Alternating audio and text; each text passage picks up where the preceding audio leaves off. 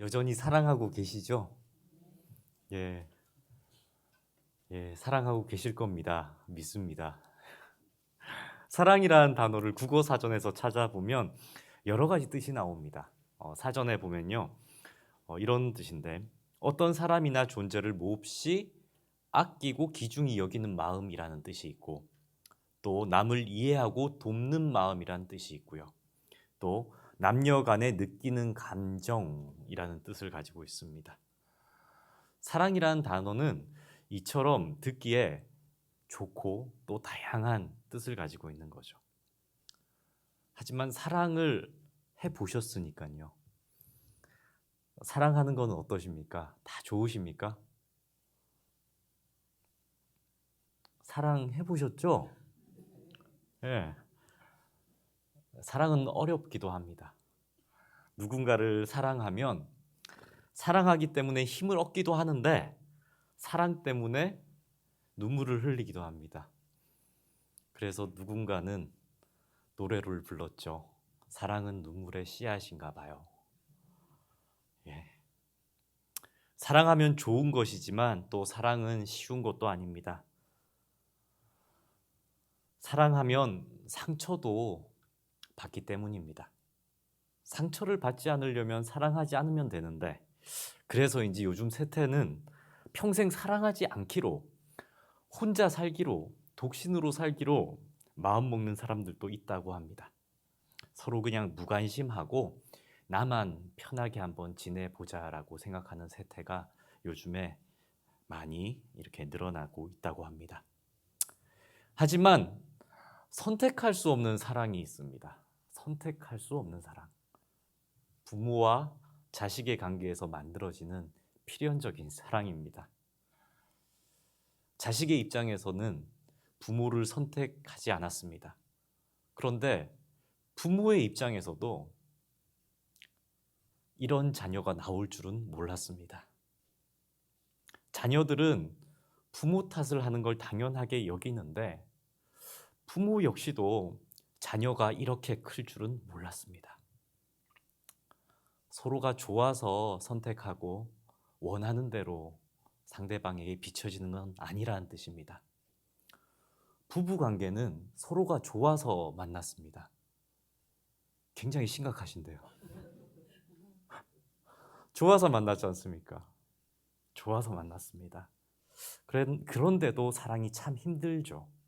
근데 부모와 자녀는 선택한 것도 아니고 선택받은 것도 아닙니다. 부모와 자녀의 관계는 이처럼 창조주 하나님께서 필연적으로 우리에게 만들어주신 관계입니다. 조금 이렇게 교회에 가보면 교회마다 부서가 다 있습니다. 그런데 사랑부라고 지어진 이름의 부서가 있는 교회가 있습니다. 그 사랑부의 구성원들은 대부분 지체 장애가 있거나 정신적 발달 장애가 있는 분들이 모여서 예배드리는 공동체입니다. 태어났을 때부터 장애가 있어서 신체 연령은 어느새 성인이 되었지만 그 연령은, 정신적 연령은 미성숙한 채 자라지 않는 분들입니다. 그분들은 아이가 어렸을 때 그 부모의 마음은 어땠을까요? 아이가 어렸을 때는 그저 귀여운 마음으로, 주신 마음으로 기르는데 해가 거듭될수록 부모의 마음은 무거워집니다. 주님이 주셨기에 키우고 사랑하는데 그 사랑의 무게가 얼마나 큰지 힘들어서 자주 울기도 한다는 얘기입니다. 그런 사랑부의 부모님들과 함께 기도회를 한 적이 있습니다. 그래서 그분들한테 여쭤봤어요. 무엇이 가장 힘드세요? 그리고 무엇을 위해 함께 기도하면 좋을까요? 이렇게 여쭤봤습니다. 아무도 말씀을 안 하세요. 가만히 계세요. 그러더니 한 분이 조심스럽게 속마음을 토로합니다. 하루만 더 살게 해주세요. 장애가 있는 제 아이보다 하루만 더 살아서 아이의 인생을 끝까지 제가 책임질 수 있게 그렇게 기도해 주세요. 하지만 사랑부에 속한 그분의 자녀들은 그런 애타는 부모의 마음을 알고 있을까요? 이처럼 자식들은 부모를 힘들게 하여도, 또 자녀들은 부모를 상처 입혀도 부모가 상처 입은 것을 모를 것입니다. 또 부모 역시도 상처 입은 자신의 함부를 자녀들에게 보여주기는커녕 오히려 그 모든 것들을 덮고 상처받지 않은 것처럼, 다 괜찮은 것처럼 자녀들과 함께 살아갑니다. 자식을 사랑해야 하는, 어쩌면 사랑하라고 명령받은 부모의 마음은 이렇게 힘들고 아픕니다. 오늘 성경 말씀 속에도 마음이 찢어질 듯 아픈 여인, 이방 여인이 등장합니다. 성경은 이 여인의 이름조차 기록하지 않습니다. 다만 그녀를 두고 이렇게 소개합니다. 두로와 시돈 지방에서 예수님이 만난 가나안 여자. 똑같은 마태복음의 이 이야기가 담긴 병행 구절인 마가복음에 보면 좀 더 자세하게 얘기하는데, 그녀는 헬라인이고 수로보니게 족속이다라고 가르쳐 줍니다. 그러니까 이 여인에 대해서 조금 더 알아보면, 이 여인은 무역의 중심지로 번성했던, 그래서 부유한 지방의 두로 지방에 살고 있는 좀 잘 사는 그런 지역의 여성입니다. 또 헬라인이라고 지칭하는 걸 봤더니 좀 지식을 갖춘, 신문물을 배운 여인이란 뜻이죠. 수로보니게 족속이라고 말하는 걸 보니 하나님을 아는 여인이 아닌 우상을 섬기는 여인이라는 뜻입니다. 그리고 성경이 하나 더 이 여인에 대해서 얘기하는데, 흉악하게 귀신 들린 딸을 가진 여인이라고 성경은 소개합니다. 이 여인은 그 주변이 부유하고 또 자신에게는 지식이 있고 그가 섬기는 우상 또한 여럿 있습니다. 하지만 그 어떠한 것도 그녀에게서 딸이 낫도록 해줄 수 있는 것은 아무것도 없었습니다. 해가 거듭될수록 딸을 사랑하는 마음이 크면 클수록 그녀는 마음이 아팠을 것입니다.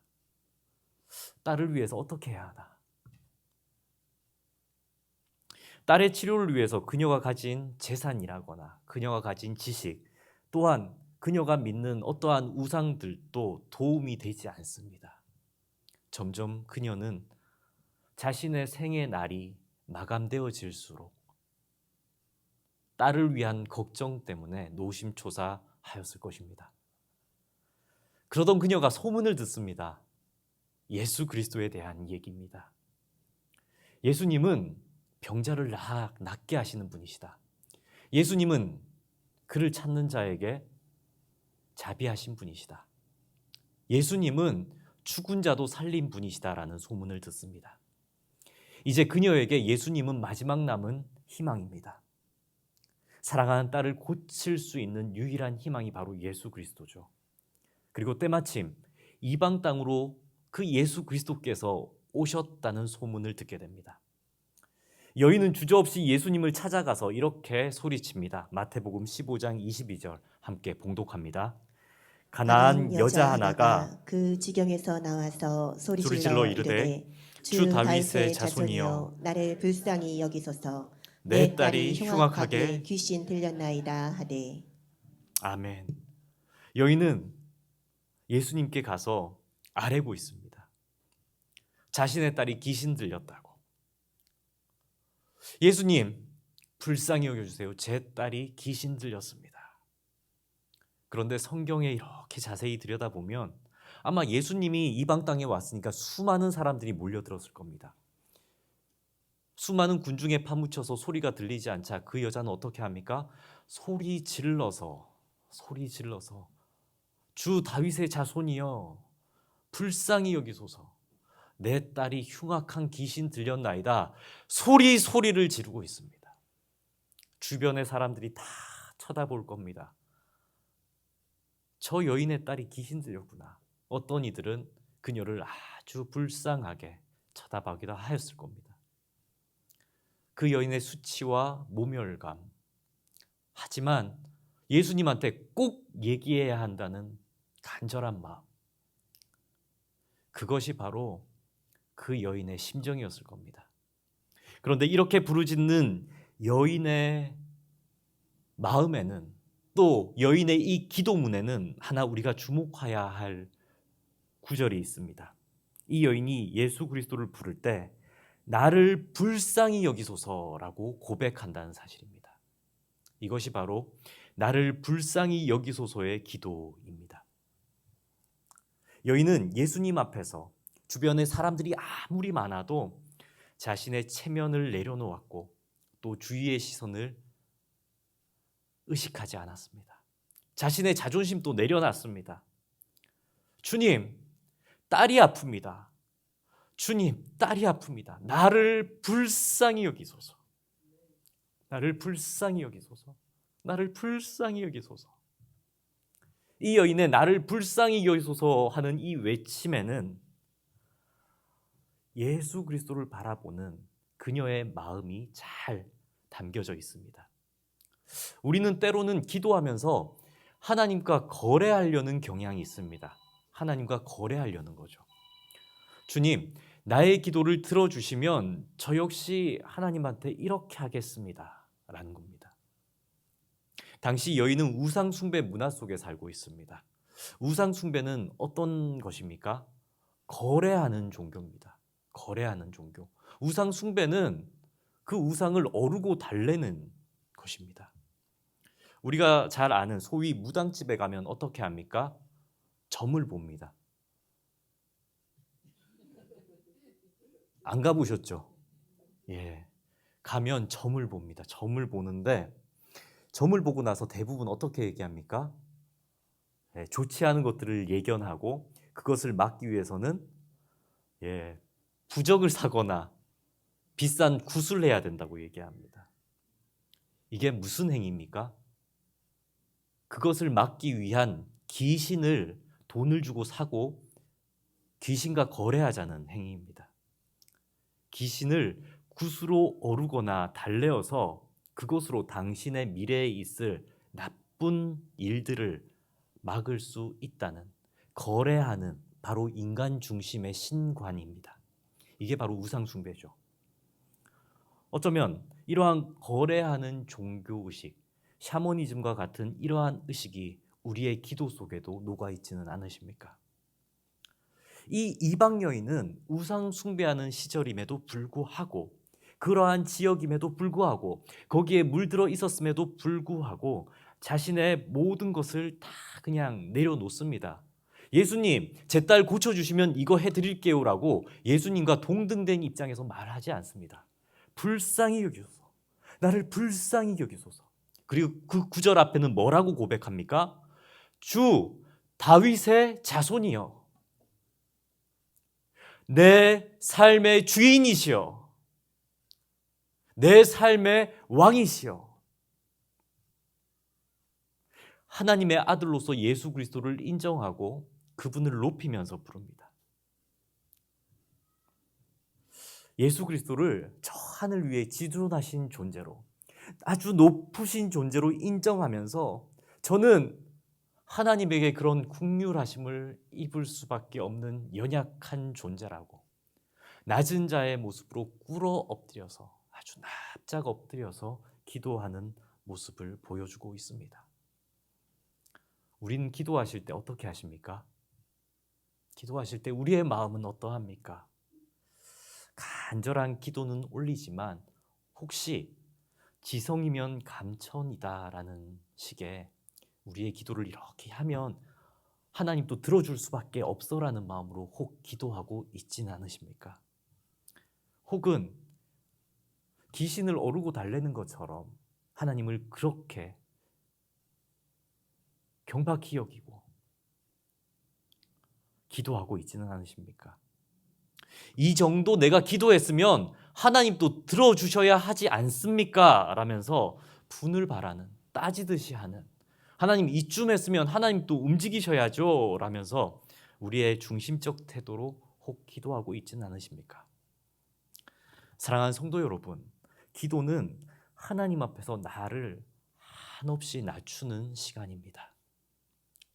지존하신 하나님을 주인으로, 나의 주인으로 지존하신 하나님으로 여기며 나는 당신의 피조물입니다 라고 고백하며 나아가는 시간입니다. 우리가 하나님을 높여드리며 기도할 때 하나님께서 그 기도에 응답하실 줄 믿습니다. 다음으로 여인을 통해서 우리가 볼 수 있는 기도의 모습이 있는데요.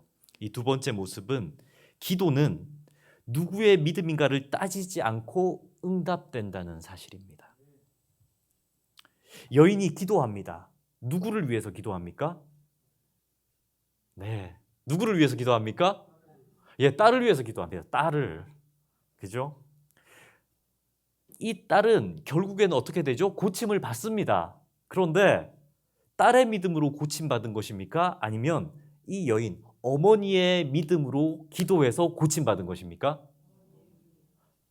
정답입니다.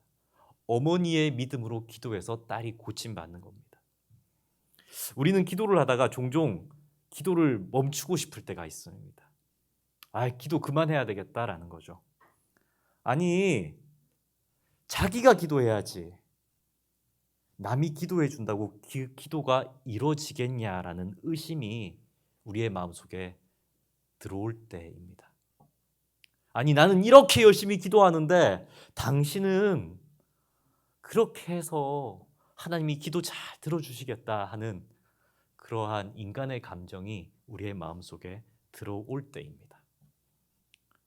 아니, 자녀를 위해서 열심히 기도하는데 자녀는 계속 어긋납니다.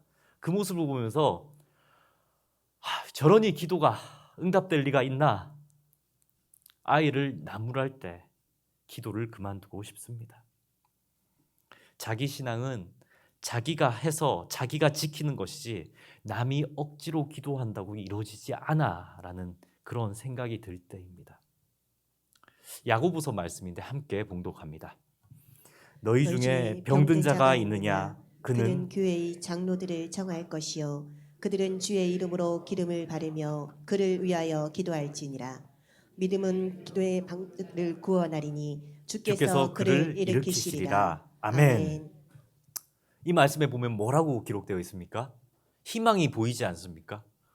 하나님의 말씀은 분명하게 우리에게 보여주기를 타인을 위한 기도에 응답해 주신다고 하셨습니다. 아멘. 그리고 확실히 병든 자를 위해서 교회가 기도하면 응답하신다고 약속하셨습니다. 아멘. 여기서 중요한 것은 이 기도가 응답될 때 하나님께서 뭘 보신다고 하십니까? 15절 말씀인데요. 9절 한번 띄워주시겠습니까? 15절 말씀. 야고보서 5장 15절. 방금 9절입니다. 15절에 뭐죠? 하나님께서 뭘 보신다고요? 믿음의 기도. 믿음의 기도. 여기서 진짜 그 기도가 이루어지느냐 안 이루어지느냐는 뭐라고요? 기도자의 믿음입니다. 기도자의 믿음. 기도자가 그 기도의 내용대로 이루어질 거라는 확신을 갖고 기도하는가 아닌가, 기대가 있는가 없는가가 중요하다고 말씀하십니다. 늘 우리가 설교 때도 많이 들었던 예화 하나인데요. 저도 그 예화 한번 해보겠습니다. 제가 들을 때마다 느꼈던 건데 이건 좀 지어진 예화 같은데 들어보십시오. 한 마을에 이제 가뭄이 계속되어서 농사 짓기가 어려워집니다. 농촌 마을인데 그래서 목사님이 비가 내리게 하자고 그 마을 사람들에게 막 강구를 합니다. 그리고 기도하면 비가 내릴 거라고 사람들을 불러 모으죠. 이제 거기에 동조해서 수많은 교회의 성도들까지도 기도하면 비가 내릴 거라고 이렇게 다들 옵니다. 막 몰려들었습니다. 하루 종일 기도합니다. 이제 밤이 되고 그 기도를 마쳤는데 비가 내렸을까요? 안 내렸을까요? 진짜 비가 내렸습니다. 진짜 비가 내렸습니다. 으쌰으쌰 열심히 기도했더니 비가 내렸습니다. 그리고 다들 집으로 가려는데 정작 비가 내릴 거라고 생각하고 우산을 가져온 사람은 어린아이 한 명밖에 없더라라는 예합니다. 예. 웃으신 분은 들어보셨다는 거죠? 이 예화. 어떠십니까? 여러분, 우리들은 진짜 믿음을 가지고 기도하면 그게 될 거라는 확신을 가지고 기도하고 계십니까? 기도하는 외형적인 모습은 누구나 따라할 수 있습니다. 자, 우리 성도 여러분, 주여 한번 부르짖고 기도합시다 하면서 제가 주여 하면 다들 누구도 크게 소리 질러서 기도할 수 있습니다. 교회를 오래 다녔으면 다녔을수록, 신앙의 연수가 길었으면 길수록 더 열심히 기도하는 외형적 모습은 보일 수 있습니다. 하지만 그 마음이 진심으로 하나님께서 이 기도를 들어주신다라고 하는 데 있어서는 신앙의 연수나 성경의 지식이나 혹은 사회적 지위가 보장하는 것은 아닙니다. 여기 계신 여러분들은, 그리고 저는 하나님께서 반드시 이루어 주실 거라는 확신에 차서 기도하고 계십니까? 아무 기대감도 없이 그냥 인도하는 대로, 혹은 주님 될 대로 한번 저에게 한번 응답해 주십시오, 저는 다 따르겠습니다, 그냥 이제는 포기한 기도로 하나님께서 알아서 해주세요 라면서 그 기도가 말라버리진 않으셨습니까? 기도하실 때 한번 기대하면서 이거 이렇게 꼭 해주셔야 합니다라는 기대와 확신에 차서 기도 제목을 한번 써보시기 바랍니다. 날짜도 정해보는 거죠. 하나님, 이때까지 해주셔야 됩니다, 해주실 줄 믿고 기도합니다 라는 겁니다. 그리고 그 결과도 크게, 그 열매도 크게 우리의 상식 밖의 일들로 한번 써보시기 바랍니다. 그리고 하나님께서 분명히 해주실 거라는 기대로 한번 기도해 보시기 바랍니다. 그렇게 기도하시고 확신에 차서 믿음의 기도를 할 때 그 기도에 응답받으시는 저와 여러분 되기를 축복합니다. 마지막으로 이 여인의 기도의 모습에서 우리가 볼 수 있는 모습이 하나 더 있습니다. 그것은 끈질기게 기도하면 응답된다는 것입니다. 한번 따라해 볼까요? 끈질기게 기도하면 응답하신다. 아멘. 여인은 예수님에게 딸을 위해서 기도합니다. 주 다윗의 자손이여, 나를 불쌍히 여기소서, 내 딸이 흉악한 귀신이 들렸나이다, 이렇게 기도하는 거죠. 그러면 예수님이 어떻게 해야 됩니까? 좀 눈치 빠른 예수님이라면, 센스 있는 예수님이라면 딸을 데려와라 이렇게 해야 되지 않습니까? 딸을 데려와라. 그런데 24절 오늘 본문 말씀을 보면 예수님은 이렇게 얘기하십니다. 나는 이스라엘의 집에 잃어버린 양 외에는 다른 데로 보내심을 받지 아니하였노라. 무슨 말씀입니까? 너는 이방 여인이니까 나는 너에게 그 기도를 들어줄 이유가 없다. 나는 유대인들, 선민들, 아브라함의 자손들에게만 그 기도를 들어줄 거야 라고 말씀하시는 것처럼 보입니다. 아니요, 직역해도 그렇죠. 예수 그리스도께서 일부러 차별하시는 것 같은 모습을 보여주고 있습니다.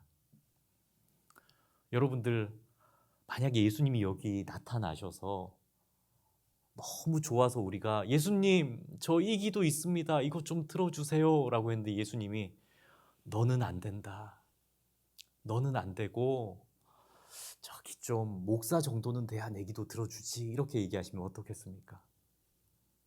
너는 안 된다, 일단 교회에 등록하고 새신자 학교 수료하고 와라, 이렇게 얘기하면 여러분들 마음은 어떠실 것 같으십니까? 너는 안 된다, 이때까지 이방 우상을 섬기던 여인이 무슨 낯짝으로 나한테 해준 것도 없으면서 나한테 그런 기도 들어달라고 하냐라고 예수님이 말씀하신다면 여러분들 기분이 어떻겠습니까? 저는 마음이 많이 상할 것 같은데요. 너무 실망할 것 같은데요. 여러분들은 어떠십니까? 또 이런 상황도 있지 않습니까? 우리가 다 함께 모여서 기도를 합니다. 똑같이 9시부터 11시까지 2시간 동안 다 같이 기도를 했는데 그 중에 어떤 분들은 2시간 딱 기도했는데 기도 응답이 있는 겁니다. 그런데 나는 똑같이 기도했는데 계속 응답이 없는 겁니다. 다음 날도 계속 여기는 응답해주고, 네, 성가대원분들은 계속 응답해주고 성가대원 아닌 분들은 계속 응답 안 해주고, 그럼 여러분들 기분이 어떠실 것 같으십니까? 저에게도 여전히 하나님께서 응답을 미루고 계신 게 있습니다. 그 기도의 제목이 뭔지는 묻지 말아 주십시오. 여러분들에게는 그런 기도 없으십니까? 무응답도 응답이라고 어느 설교자들은 많이 얘기해서 우리가 이해하려고 하는데 그건 믿음이 좋을 때 얘기죠. 너무 절박한데, 아니 내 딸이 흉악한 귀신이 들렸다니까요, 예수님.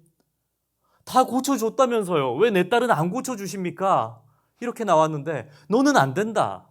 이 말을 들은 여인의 마음은 어땠을까요? 이방 여인은 이렇게 차별받았습니다. 넌 이방 여인이라서 안 된다. 그런데 이 말을 들은 여인은 분노하지 않습니다. 화를 내지 않아요. 그리고 예수님을 떠나지도 않습니다. 그녀는 이렇게 행동합니다. 25절 말씀. 여자가 와서 예수께 절하며 이르되 주여 저를 도우소서. 오히려 이 여인은 예수님께 무릎을 꿇습니다. 더 납작 엎드리는 거죠. 절을 합니다. 그러면서 매달리며 간청합니다. 주여, 주인이시여, 주여, 저를 도와주소서. 이쯤 되면 들어주실 만한데 예수님은 오히려 더 모멸감을 느낄 정도의 말씀을 하십니다. 26절 말씀. 자녀의 떡을 취하여 개들에게 던짐이 마땅하지 아니하니라. 개들에게 던짐이 마땅하지 아니하니라. 이 여인을 향해서 아주 모멸감이 들 정도의 단어를 쓴 거죠. 그런데 이 여인은 끝까지 예수님을 붙잡습니다. 27절 말씀. 여자가 이르되 주여 올소이다마는 개들도 제 주인의 상에서 떨어지는 부스러기를 먹나이다 하니. 무슨 말씀입니까? 여인은 거절에 거절을 당해도 심한 상처를 받았을 만도 한데도 예수님을 떠나지도 않고 오히려 더 예수님의 옷자락을 붙들고 있습니다. 자신을 개라고 얘기합니다. 예수님, 개들도 주인의 상에서 떨어지는 부스러기라도 먹지 않습니까? 부스러기라도 좋으니까 그거라도 달라고 하는 여인의 모습이 오늘 본문 속에 녹아 있습니다. 이 여인이 왜 이렇게 간청할까요? 이 여인이 왜 이렇게 끈질기게 기도할까요? 다 답을 알고 있지 않습니까? 딸을 사랑하기 때문에. 기도 제목이 뭐예요? 하루만 더 살게 해주세요. 제 아이 인생이 끝나고 그까지 제가 책임지고 갈 수 있도록 하루만 더 살게 해주세요. 이 여인도 똑같지 않습니까? 개들도 주인의 상에서 떨어지는 부스러기를 먹나이다. 끝까지 붙들고 끈질기게 예수님한테 기도하고 있는 거죠. 저는 이 심정을 조금 알 것 같은데, 저는 조금 알 것 같은데 여러분들은 더 많이 알고 계시죠? 이 심정을. 프랑스의 대문호 빅토르 위고가 쓴 책이 한 권 있는데 여러 가지 책을 썼죠. 그 중에 93년이라는 제목의 책이 있습니다. 이거는 프랑스 혁명 이후에 대공황을 그린 책인데 프랑스가 굉장히 어려운 시절의 이야기를 소설로 이렇게 그려낸 겁니다. 그 소설의 한 부분입니다. 그때 어느 군 부대 하나가 이동하면서 숲속을 지나는 길이었다. 숲속을 걷던 군인들이 배고픔과 기아에 지친 어머니와 새아이가 쓰러져 있는 것을 보게 됩니다. 그런 모습을 보고 불쌍히 여긴 나머지 군인 중 장교인 상사 한 사람이 그 여인에게 새아이를 품고 있는 그 여인에게 빵 한 조각을 던져줍니다. 빵 한 덩어리를 먹으라고. 그러자 그 여인은 지체 없이 받은 빵을 3조각을 냅니다.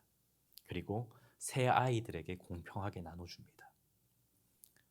아이들은 허겁지겁 어미로부터 그 빵을 받아서 먹습니다. 이 광경을 보던 젊은 병사가 그 빵을 건넨 상사에게 이렇게 묻습니다. 저 여자는 배고프지 않은 모양입니다. 이렇게 묻죠. 그러자 그 상사는 대답합니다. 그게 아니야. 어머니이기 때문이야. 그게 아니야. 어머니이기 때문이야. 왜 배고프지 않겠어? 어머니이기 때문이야. 이것이 자식을 사랑하는 어머니의 마음입니다. 오늘 본문에 있는 여인, 흉악한 귀신 들린 딸을 고치기 위해서 납작 엎드린 이 여인의 모습에서 얼마나 사랑하면 자신은 수치당해도 괜찮고 자신은 손가락질 받아도 괜찮으니 자신은 직접 예수님에게 그렇게 천대받아도 괜찮으니 이 기도 들어달라고 하는 여인의 모습을 봅니다. 개들도 제 주인의 상에서 떨어지는 부스러기를 먹나이다 하는 이 여인의 기도 소리가 귓가를 떠나지 않습니다. 주님이 아니면 내 딸을 고쳐줄 리가 없나이다.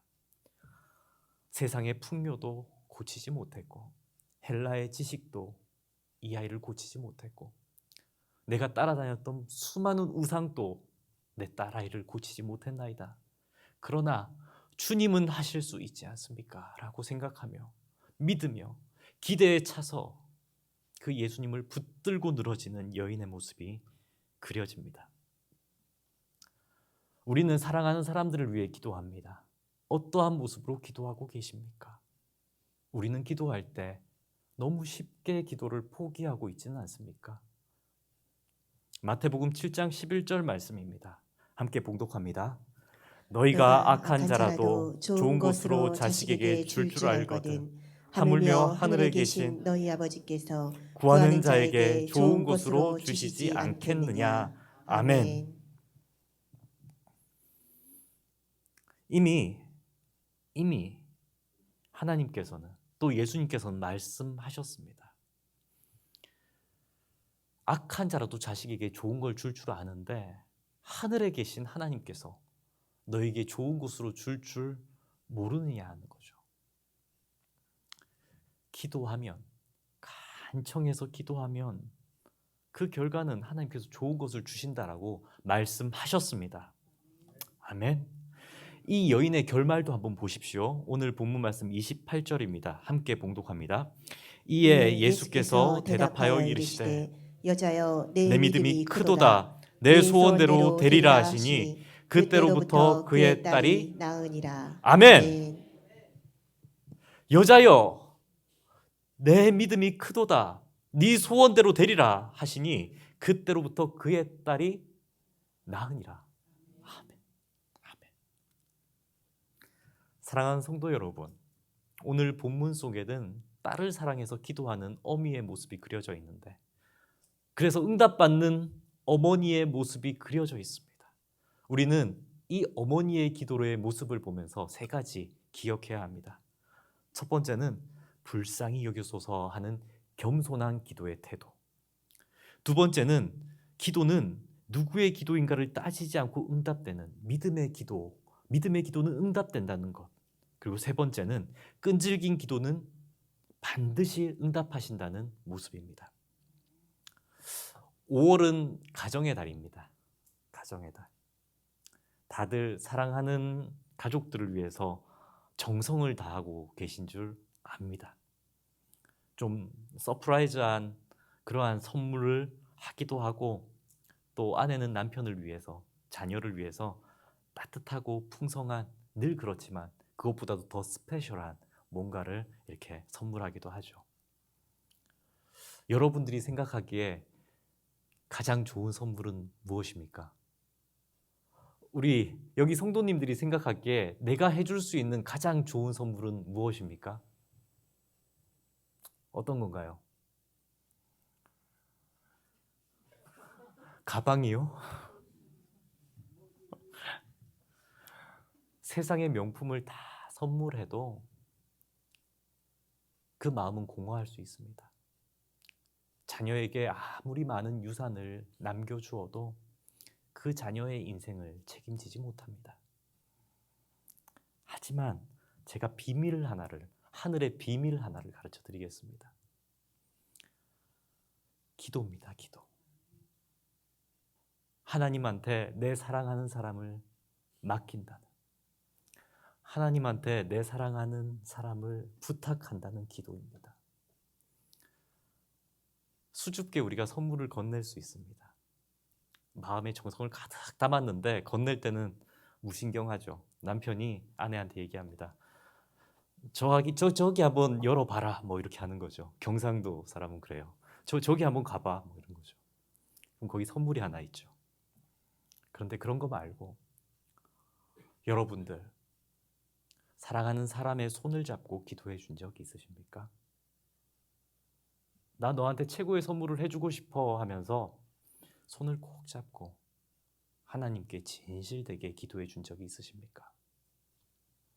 입술로는 그렇게 사랑하는 아들과 딸이라고 얘기하는데 너무 쑥스러워서 아들의 손 한 번 잡지 못했고 딸의 손 한 번 잡지 못한 채 기도해 주지 못하고 있는 것은 아닙니까? 우리가 사랑하여 기도해 주면 주님께서 그 관계를 풍성히 채우실 줄 믿습니다. 가난한 여인의 모습과 같이 가족을 위해서 기도하시는 저와 여러분 되기를 주님의 이름으로 축복합니다. 우리 찬양 한 곡 같이 부르겠습니다. 나의 사랑한 책이라는 찬송인데요. 함께 부를게요. 1절과 4절 부릅니다.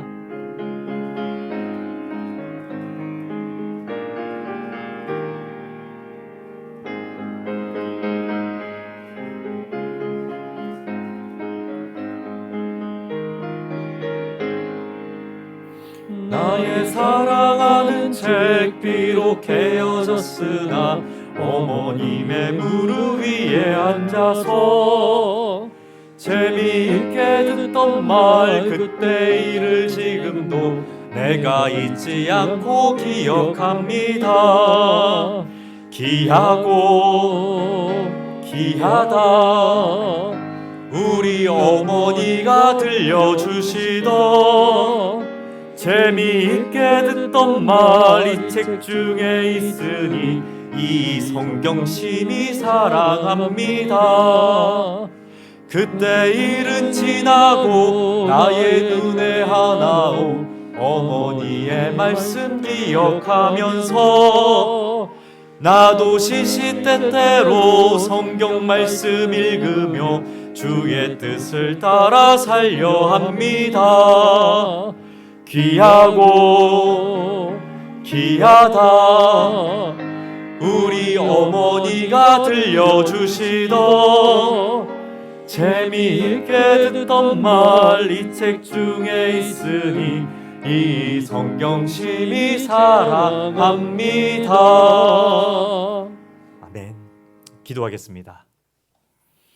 하늘에 계신 하나님 아버지, 저희는 늘 주님께 은혜를 구하며 살아가는 사람들입니다. 기도로 나아가며 믿음으로 부르짖습니다. 저희의 기도에 응답하여 주옵소서. 사랑하는 사람들을 위해 기도합니다. 기도의 내용은 다 다루오나 함께 하시는 성령님께서 세밀하게 응답하여 주옵소서.